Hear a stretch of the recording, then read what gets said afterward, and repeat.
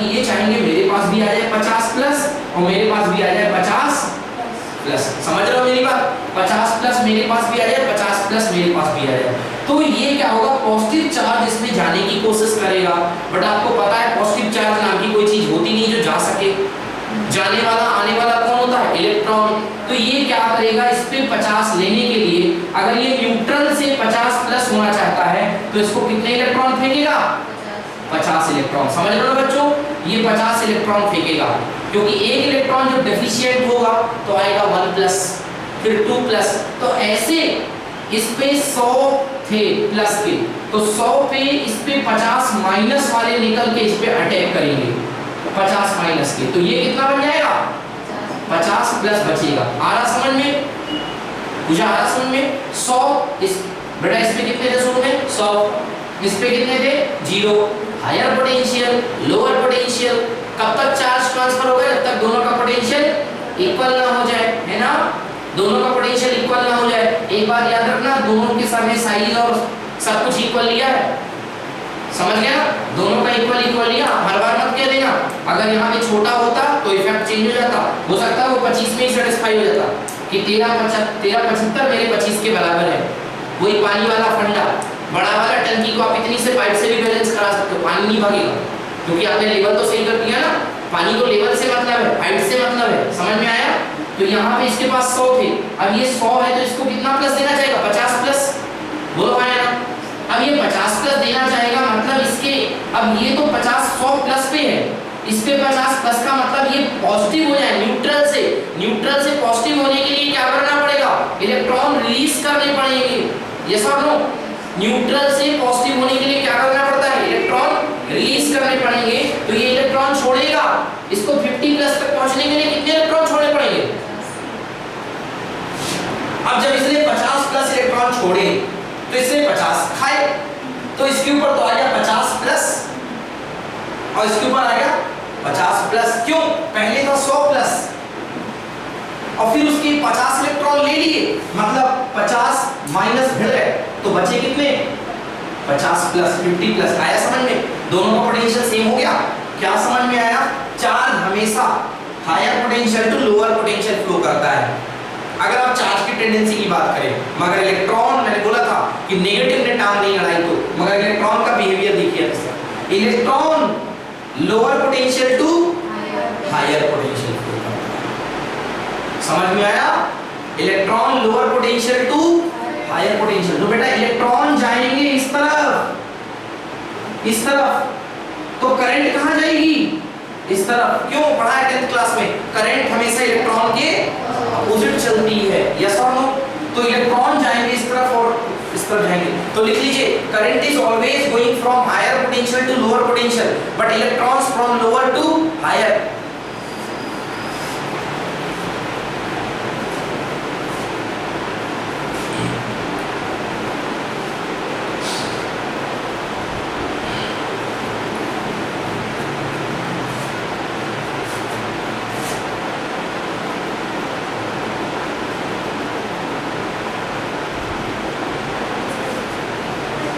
Current, अब देखो इसमें पूछना क्या है, खुद से दिमाग लगाओ। करंट कहां चलेगी? हायर टू लोअर, और इलेक्ट्रॉन कहां चलेगी? Lower to higher. नोट करिए, current is going from higher potential to lower potential and electrons are going from lower to higher potential. Okay?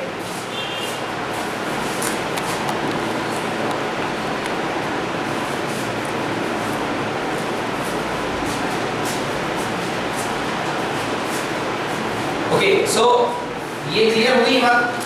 चलिए क्या लिखा था इस बात में? Electric potential is a physical quantity which determines the flow of charges cross one body to the another. अब समझ में आया सर क्या कह रहे थे आप? इलेक्ट्रिक पोटेंशियल वो क्वांटिटी है जो बताती है एक बॉडी का चार्ज दूसरी बॉडी में जाएगा और किससे किस में जाएगा। आई होप आप क्लियर हुआ होगा कि भैया किससे किस में जाएगा। सर हायर पोटेंशियल से लोअर पोटेंशियल की ओर चार्ज ट्रांसफर होता है, मगर क्या है सर, वो इलेक्ट्रॉन जो होगा वो नेगेटिव चार्ज लगा हुआ है, इसलिए उसका काम सारे उल्टे चलते हैं, वो लोअर टू हायर चलेगा। मतलब डिसाइड तो हो गया ना कि इलेक्ट्रिक पोटेंशियल की वजह से चार्ज का ट्रांसफर डिफाइन होता है। बेटा आ रहा समझ में अच्छे से? It is a physical quantity that determine the degree of electrification of the body. हां अभी तो मैंने बताया आपको, इलेक्ट्रिफिकेशन कितना इलेक्ट्रिफाइड किया गया बॉडी को यही तो बताया, ज्यादा वजनदारी प्रोपोर्शनल टू ज्यादा charge, V proportional to Q। Potential ही बताता है कि कितना इलेक्ट्रीफाइड किया गया है। अगर आपने ज्यादा खिलाया होगा तो पोटेंशियल हायर होगा, और अगर आपने कम खिलाया होगा तो पोटेंशियल लोअर होगा। यस और नो? समझ गए ना? आ रहा समझ में? पोटेंशियल बताता है कि डिग्री ऑफ इलेक्ट्रिफिकेशन, इलेक्ट्रिफिकेशन की मात्रा कितनी ज्यादा है। कौन बताएगा? पोटेंशियल। यार किसी बंदे का पोटेंशियल ज्यादा है मतलब उसको इलेक्ट्रीफाइड बहुत किया गया है। अब उसको हो सकता है पढ़ाई के रूप में चार्ज दिया गया हो या खाने के रूप में चार्ज दिया गया हो, मगर किसी बंदे का पोटेंशियल ज्यादा है मतलब उसको वो क्वांटिटी जो उसका पोटेंशियल बढ़ा रही है वो ज्यादा दी गई है। अंडरस्टूड? यस, कुछ प्रॉब्लम? चार्ज जो है वो पोटेंशियल से इनवर्सली प्रोपोर्शनल है ना? नहीं, किसने बोला? V is equals to W upon Q। Upon में है Q, तो वो तो इनवर्सली प्रोपोर्शनल होगा ना। V is equals to W upon Q। एक minute, V is equals to W upon Q। अच्छा, आप यहाँ पे इस फॉर्मूले को लेकर के आप ये समझ रहे हैं कि V is inversely proportional to W upon Q। ठीक, अच्छी बात है। आइए एक और चीज दिखाते हैं जो कल हमने दिखाई थी।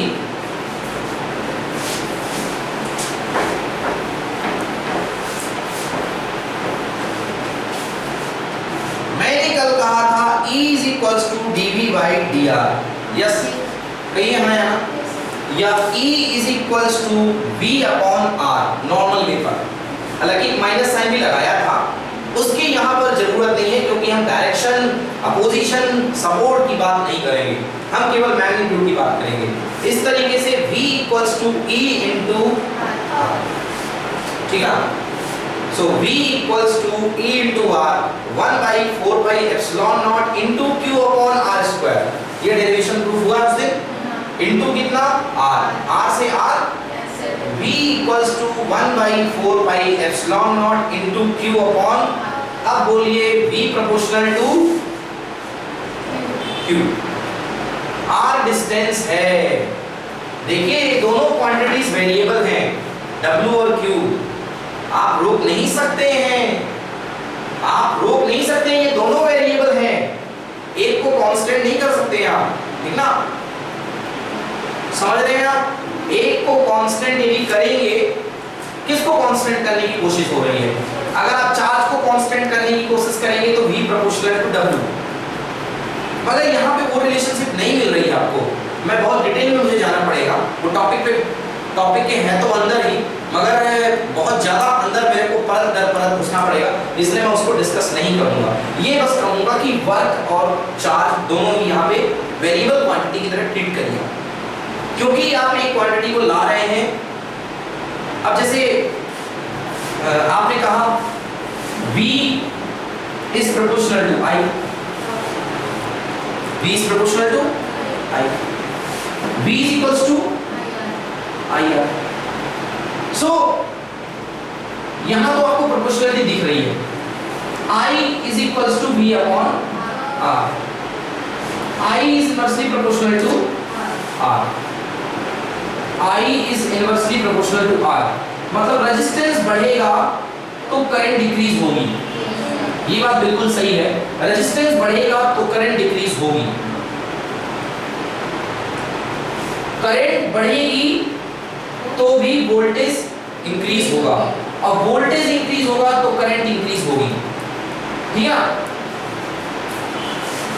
अच्छा, वोल्टेज और करंट दोनों इंक्रीज हो गए तो क्या रेजिस्टेंस भी इंक्रीज हो जाएगा? नहीं होगा, कांस्टेंट रहेगा। क्या रहेगा? कांस्टेंट रहेगा, क्योंकि R equals to V upon I है। अगर वोल्टेज भी 2 गुना हो गया, करंट भी 2 गुना हो गई, तो ये 2 से 2 क्या हो गया? कैंसिल। वो V upon I ही रहेगा, वो कांस्टेंट रहेगा। ठीक है ना? ये रिलेशनशिप इस तरीके की यहाँ पे एग्जिस्ट नहीं कर रही है, मैं इस चीज को एक्सेप्ट कर रहा हूँ कि इस तरीके की प्रोपोर्शनल रिलेशनशिप एग्जिस्ट नहीं कर रही है। और मैं इस चीज के लिए ये कह सकता हूँ कि ये जो मैंने फॉर्मूला बनाया है, तो मैंने ये फॉर्मूला जब क्रिएट किया था वहां पर 10th क्लास में, तो ये फॉर्मूला ऐसा क्रिएट नहीं किया था V प्रोपोर्शनल टू W लेकर के। ये एक जस्ट डेफिनेशन थी जिसको यूनिटरी रूल के बेस पर डेवलप किया गया था, ठीक है ना। तो इसको आप इससे रिलेट मत करिए क्योंकि इस रिलेशन का कोई फंडामेंटल बेसिक नहीं है प्रोपोर्शनलिटी वाला, मगर ये जो है ये बेसिक है, V प्रोपोर्शनल टू Q, ठीक है ना। तो यहाँ जो मैंने बताया आपको इससे ये क्लियर हो रहा है, आपकी बात यहाँ से अपोज हो रही है, यहाँ से मेरी बात का सपोर्ट हो रहा है। तो यदि आप फंडामेंटल्स की बात करेंगे so V is proportional to Q। बहुत अच्छा हुआ, बहुत सारे बच्चे जो सीखने वाले हैं उनका डाउट क्लियर हो गया, ठीक है ना।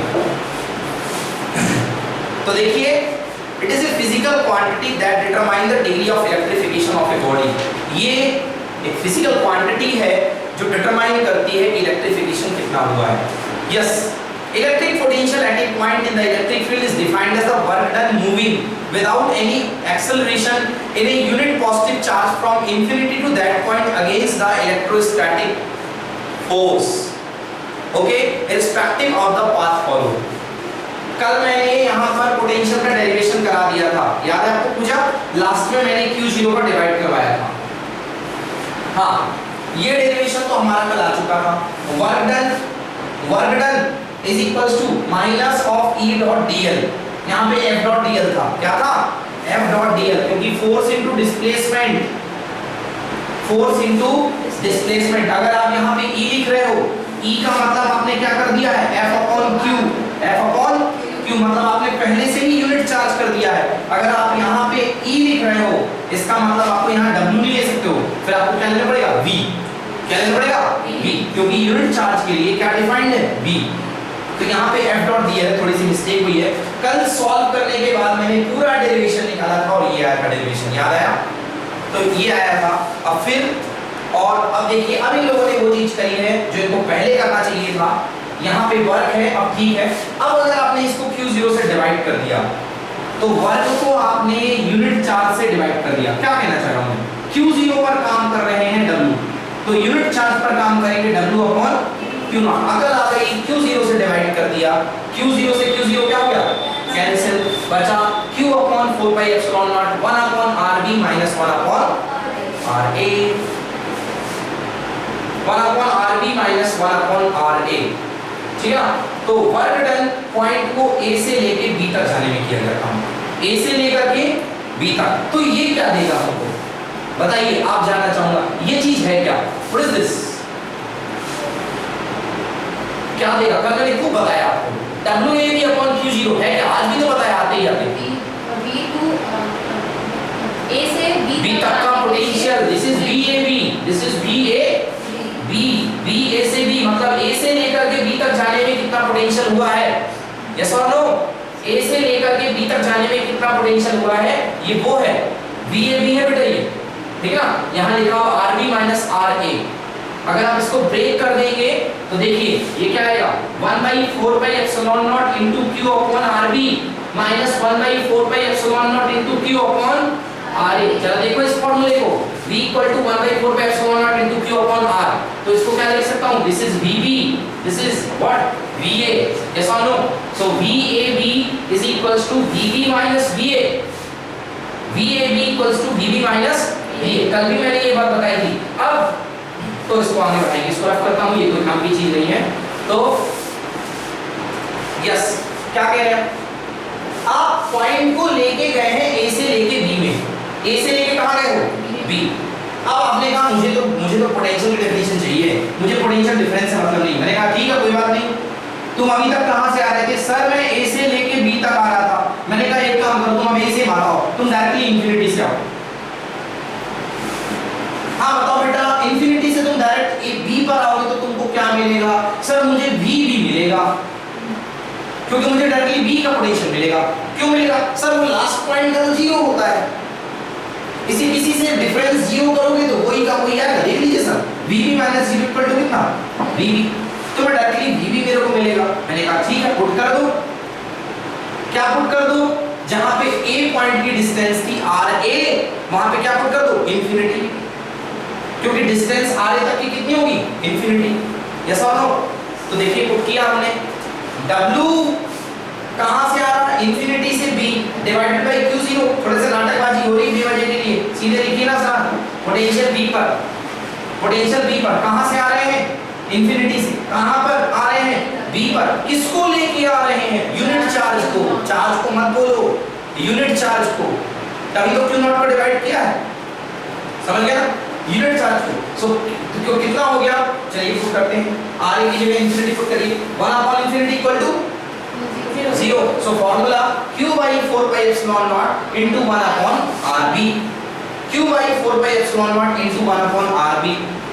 अब इन लोगों ने कहा एक ही डिस्टेंस तो है, इस rb को सीधे r लिख लो ना, क्यों खराब कर रहे हो उसकी खूबसूरती, ठीक है फार्मूले की। सो लिख दिया सीधे 1 by 4 pi epsilon naught into q upon r, ये देखिए आया समझ में। एक बार फिर से मैं लिख देता हूं आपके लिए, q upon 4 pi epsilon naught था 1 upon rb minus 1 upon ra। आपने कहां से कहा, a से लेके b तक आ रहे थे, अब a हमने मान लिया बहुत दूर, मतलब infinity, q upon 4 pi epsilon naught into 1 upon rb minus 1 upon infinity. तो 1 upon इंफिनिटी की वैल्यू कितनी होती है, 0। सो q upon 4 pi epsilon naught into 1 upon rb minus 1 upon infinity. तो ये हो गया हमारे पास q upon 4 pi epsilon naught into 1 upon rb minus 0। सो सॉल्व होकर के आया q upon 4 pi epsilon naught into 1 upon rb। Solve करेंगे 1 by 4 pi epsilon naught into q upon rb। rb अच्छा नहीं लिख रहा है, इन लोगों ने कहा एक काम करो, एक ही पॉइंट पर तो आ रहे हो, इंफिनिटी से सीधे r पॉइंट की डिस्टेंस मान लो और बता दो उस पॉइंट पर। तो इंफिनिटी से किसी डिस्टेंस r तक आने में किया गया वर्क डन, किसको लेकर के, यूनिट पॉजिटिव चार्ज को लेकर के होता है पोटेंशियल, और वो होता है v is equals to 1 by 4 pi epsilon naught into q upon r। पहले भी डिराइव किया, वो देखिए लॉजिकली, यहाँ पे ऐसे डिराइव किया, आगे समझ में ठीक है ना। F dot d, F dot dl, work equals to force into displacement, F dot dx, F dot dl, F था वहां पे,